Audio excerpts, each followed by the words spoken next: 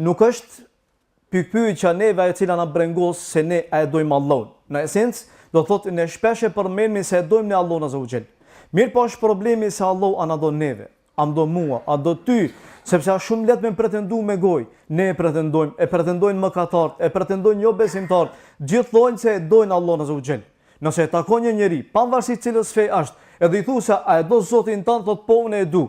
Mirë po pyetja më e madhe, ajo neve që na intereson është se mu dhe ty ana don Allahu azza wa xal. E kjo duhet që të brenga e besimtarit në jetën e tij.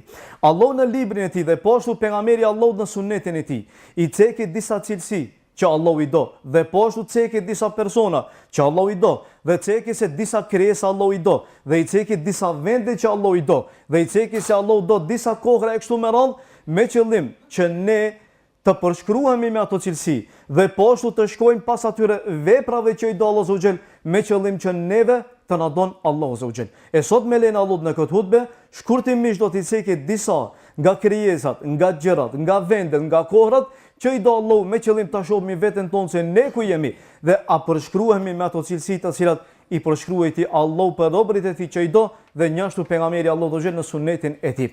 Fillimisht Allahu i do musliman, Allahu i do besimtar, dhe Allah i do bamirsat, dhe Allah azza wa xal i do të devotshmit. Andaj edhe tha Allah azza wa xal në librin e tij, "Wahsinu inna Allah yuhibbul muhsinin." Tha bëni mirë, sepse Allah i do bamirsat. Dhe po ashtu tha Allah azza wa xal, "Inna Allah yuhibbul muttaqin." Allahu tha i do të devotshmit. Po ashtu tha Allah, "Inna Allah yuhibbut tawabin." Allah i do ata që pendohen fort. Wa yuhibbul mutatahhirin, dhe po ashtu Allah i do ata që pastrohen. Pastrimi është pastrimi trupor dhe pastrimi shpirtëror. Këtu përfshin dy pastrimet. Po ashtu do thot Allah azza wa xal tha inna Allah yuhibbul mutawakkilin. Allah i do ata që i mbështeten Allahut azza wa xal. Inna Allah yuhibbul muqsitin. Allah i do të drejtit, për ata të cilët janë të drejtë në gjykim, ata që janë të drejtë në parimet e veta, i drejtë do thot në vendimet e tij. Dhe po ashtu tha Allah azza wa xal wallahu yuhibbus sabirin. Allah i do të durimtar. Po ashtu tha Allah azza wa xal bela men awfa bi ahdihi wattaqa fa inna Allah yuhibbul muttaqin.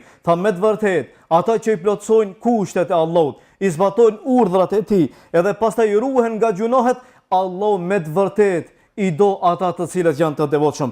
Po ashtu tha Allah azza wa xal kul in kuntum tuhibbun Allah. Tha nëse ju thuani dhe pretendoni se e doni Allahun, fattabi'uni yuhibbukumullah. Atëherë më pasoni mua, më ndiqni mua që Allah juve që do.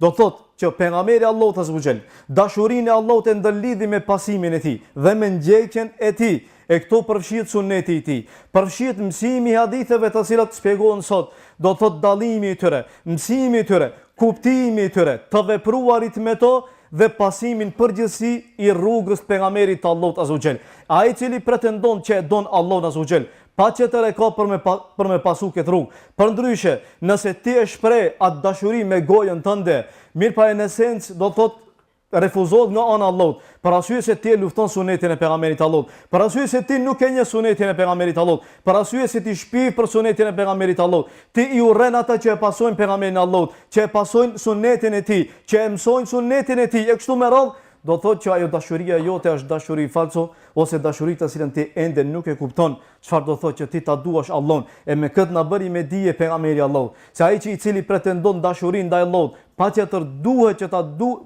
duhet për me dashur edhe pejgamberin Allahut dhe për me përcjellë edhe sunetin e pejgamberit Allahut azza wa xal.